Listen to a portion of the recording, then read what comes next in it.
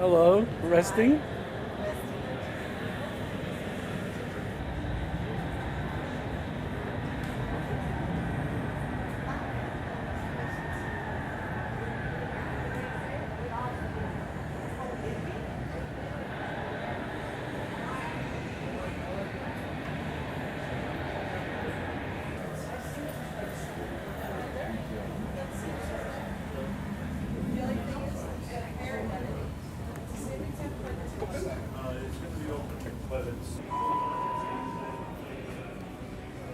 Okay, the elevator ride.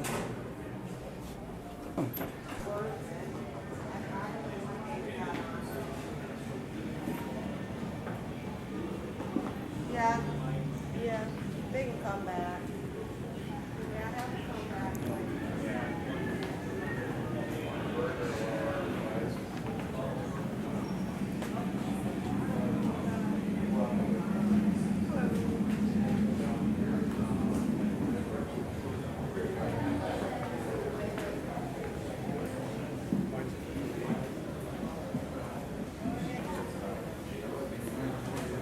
Go ahead.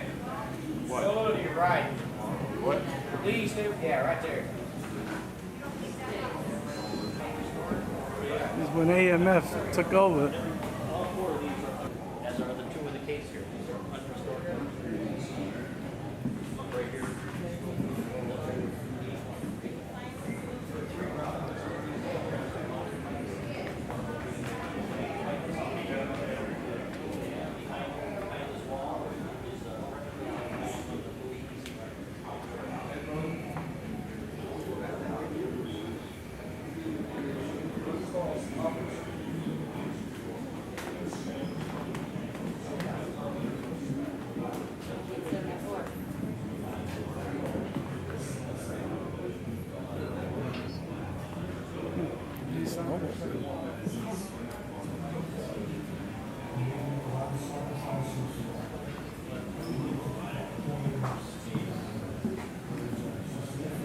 What?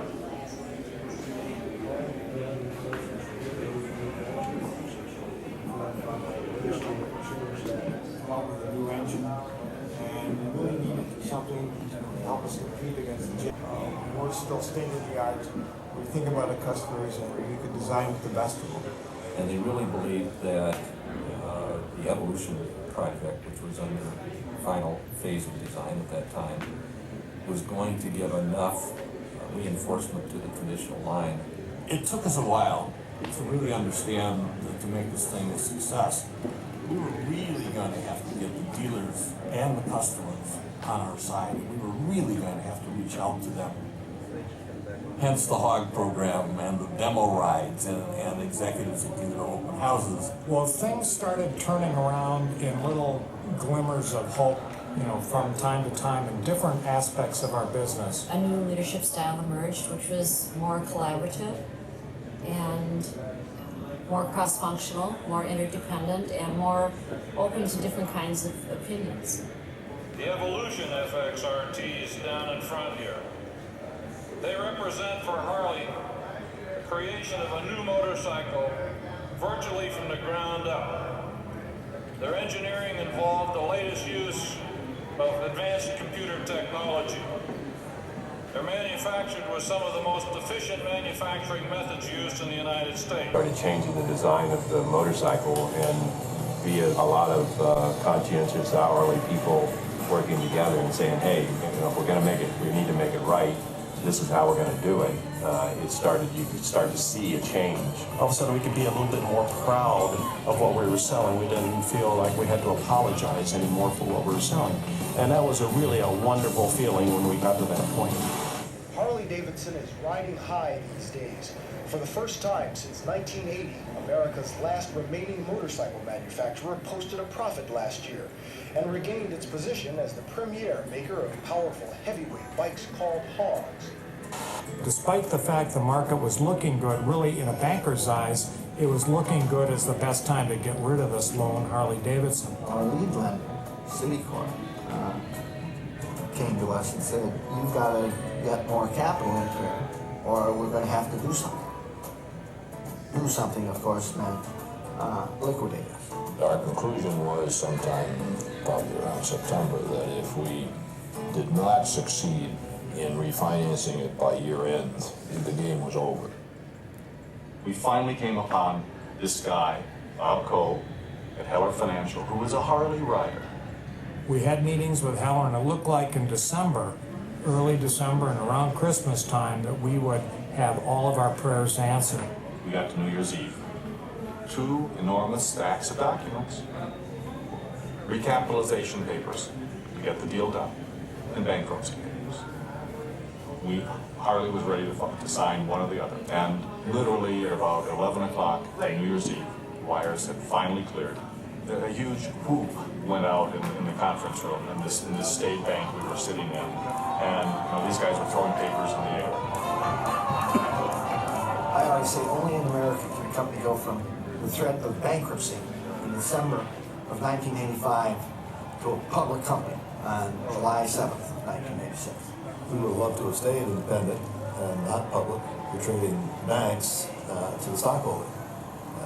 But we thought that the stockholder would be a much more friendly group than the original bank group. So we did, and it was a magnificent day. It's went public on the American Stock Exchange. There's no other company in the world that has the kind of devotion and loyalty that Harley Davidson does. I think it's a lifestyle. It's that we're true to our customer, try to give them what they want. And some of it, I think, is still out there and a little bit in the sweet.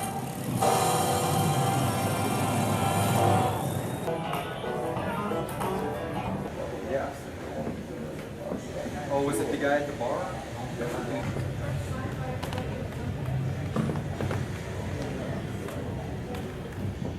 Employee signatures.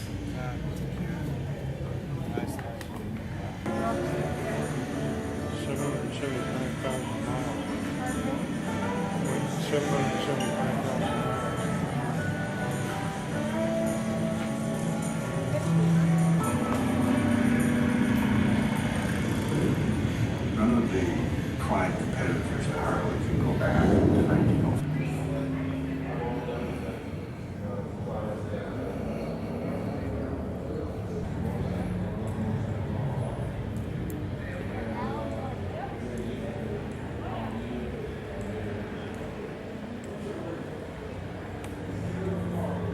If you want to sign it, you can. Oh, He signed it for us where is it? at the very exit. Oh, Back. you were at the exit?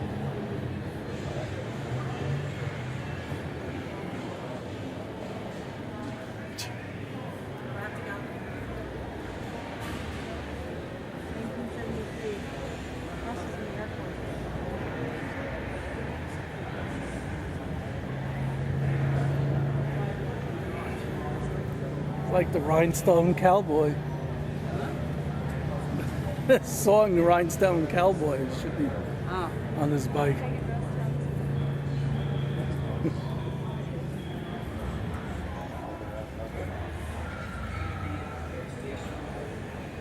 So are you enjoying it? Incredible. I'm like in sensory overload. It's so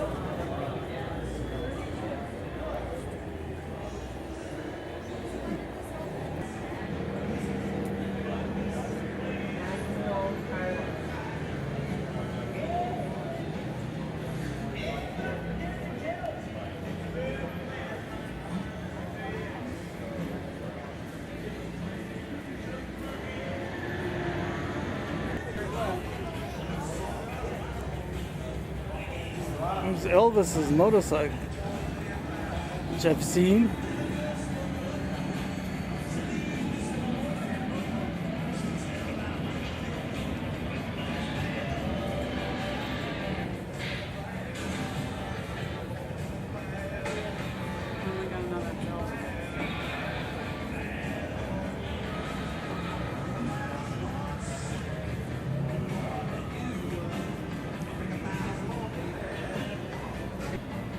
Willing to buy into the pony prosperity of the late 40s.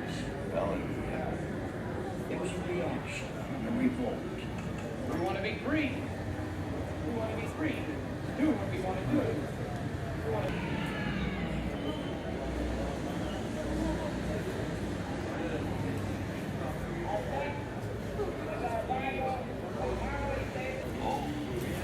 I've got a helmet.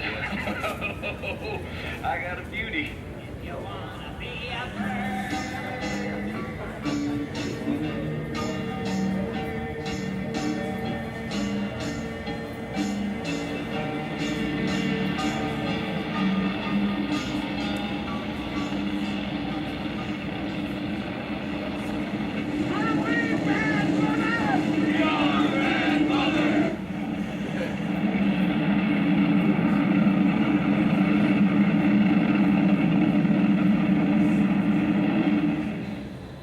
Now that motorcycle of yours, you really be a nobody.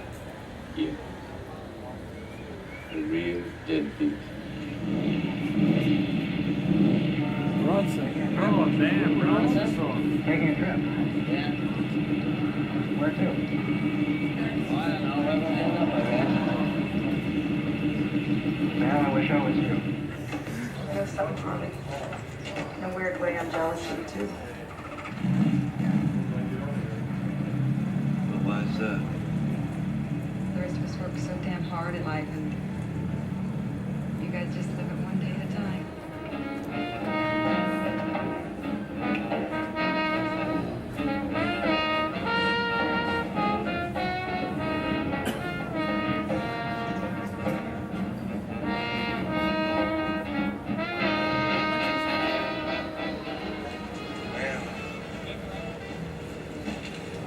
You're a pretty little square.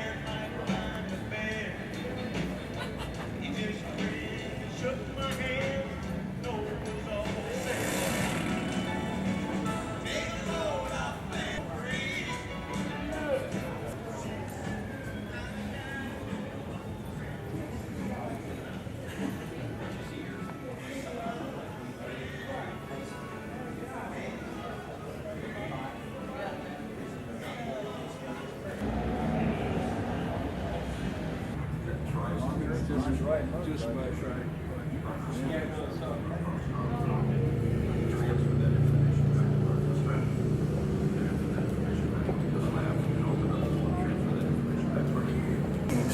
should put a motorcycle through this many hours or this many cycles of the simulator. So we have the capability to bombard our products with electromagnetic radiation in one end of the building. We have a fully anechoic chamber in another part of this building. We have computer-controlled dynamometers that make sure that the bike accelerates just like it would outside, but the same way each time. So now you can get this really articulate understanding of how that contributes to a regulatory level. And then as we make changes, we are far more apt than before to be able to assess whatever we did and know whether or not it was a positive or negative impact. exposing components to the environment is one kind of testing. The other testing is where we look really closely at the microstructure of materials. I think the big distinction now is the capability we have to do.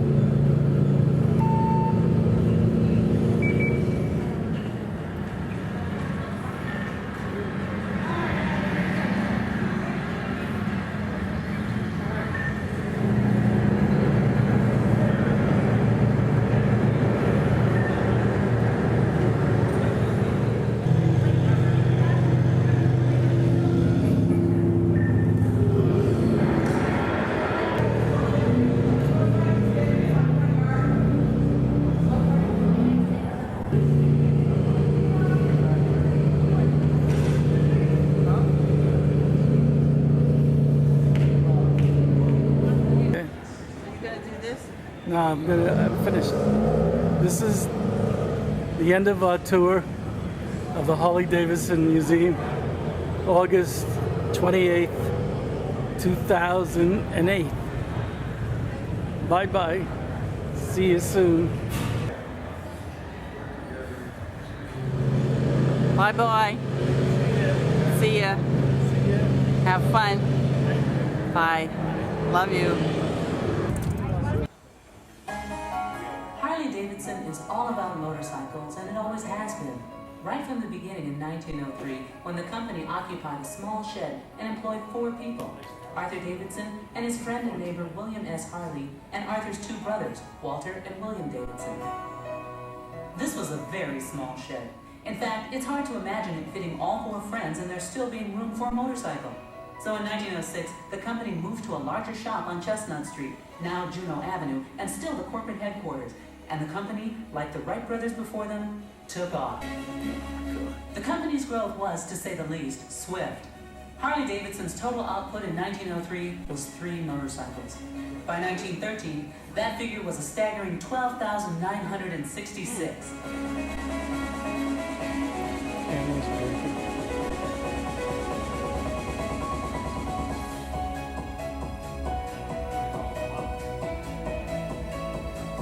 And Harley Davidson continued to expand, establishing dealerships nationally and internationally, introducing clothes and accessory lines, and publishing The Enthusiast magazine, the beginning of an unceasing dialogue between the company and the riders.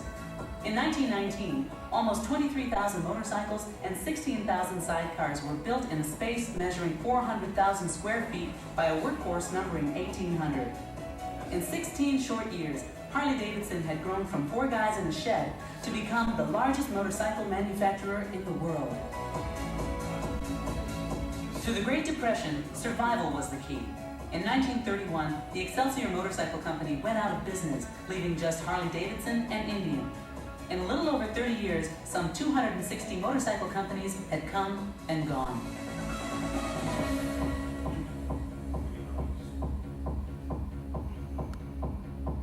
Production throughout the war was phenomenal. From 10,500 bikes in 1940, production more than doubled to 24,500 in 1941, and then more than doubled again in 42 to 52,891 machines. For its exceptional service to wartime production, the Harley Davidson Motorcycle Company was awarded the Army-Navy E Award. E for excellence.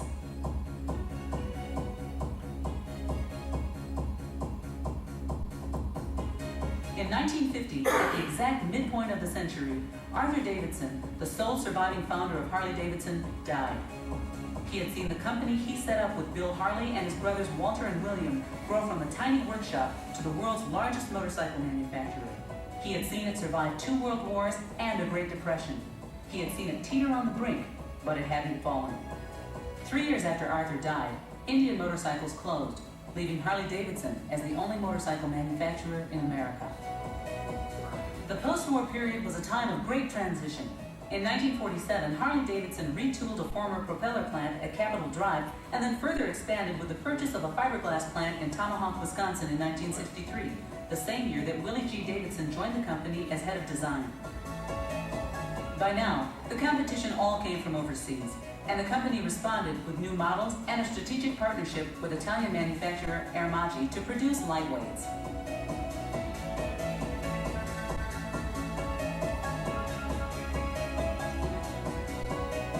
In 1965, the company went public, only to find itself facing a hostile takeover bid less than 4 years later. In a defensive move, Harley Davidson aligned itself with and was bought by AMF.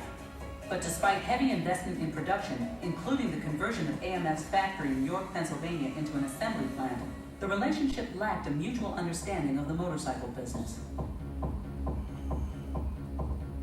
In 1981, 13 managers, led by company president Vaughn Beals, bought Harley Davidson back.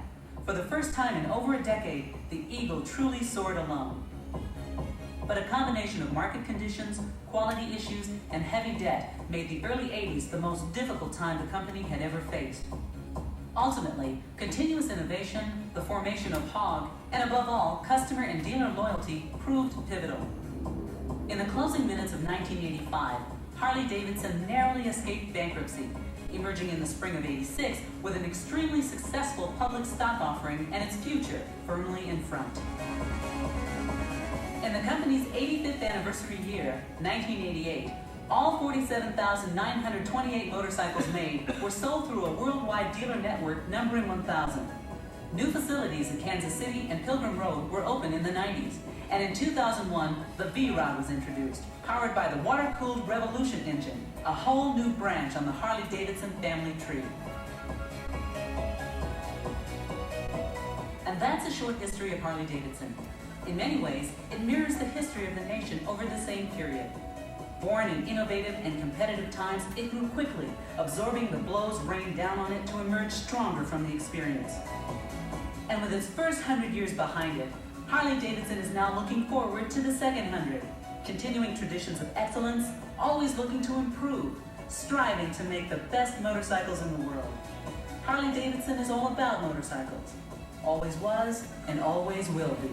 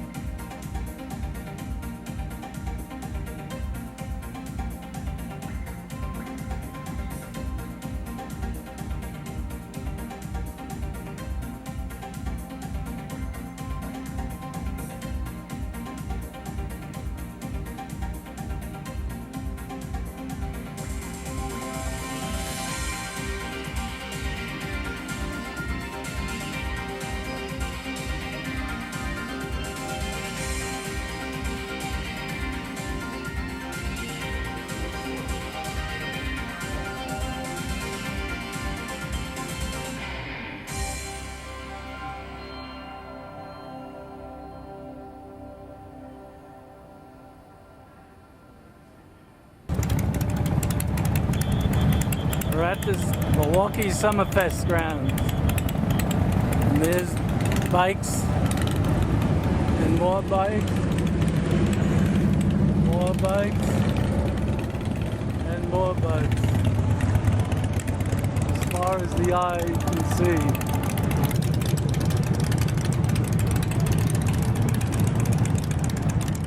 Milwaukee Iron.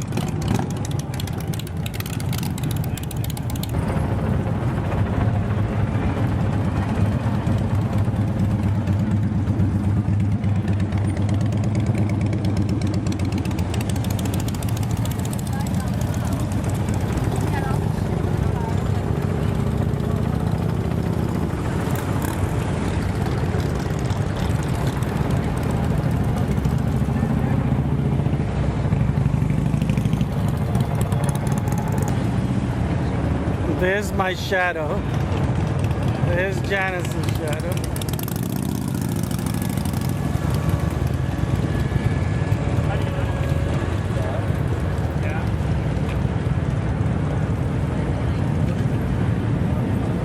Picnic baskets, contraband, or carry-ins of any other type cannot be brought into the park. We just missed the motorcycle drilling. It was 12 to 6. It is now 5 after 6. This was the course. It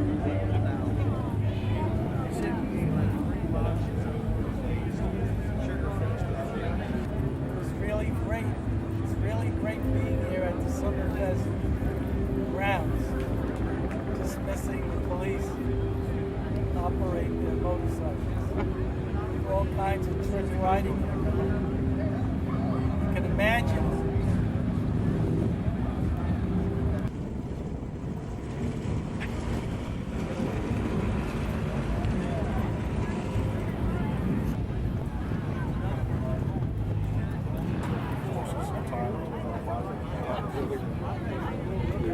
They're turning at the same time and everything's kind of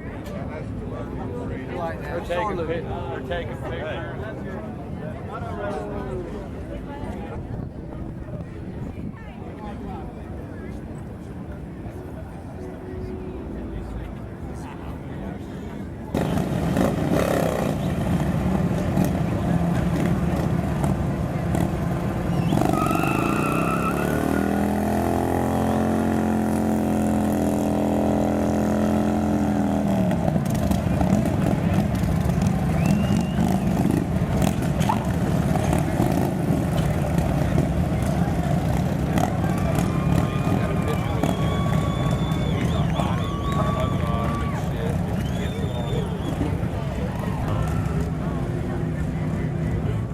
Are they coming back in, do you know, or? That was good.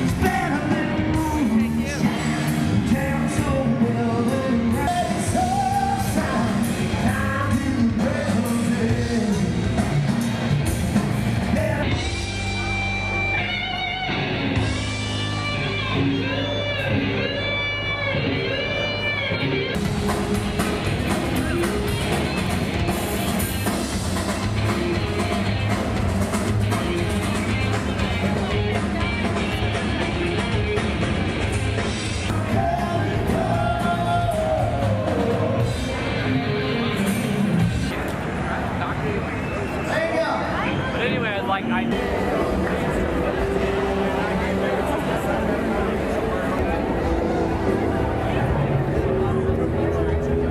So green. Oh, it's unbelievable.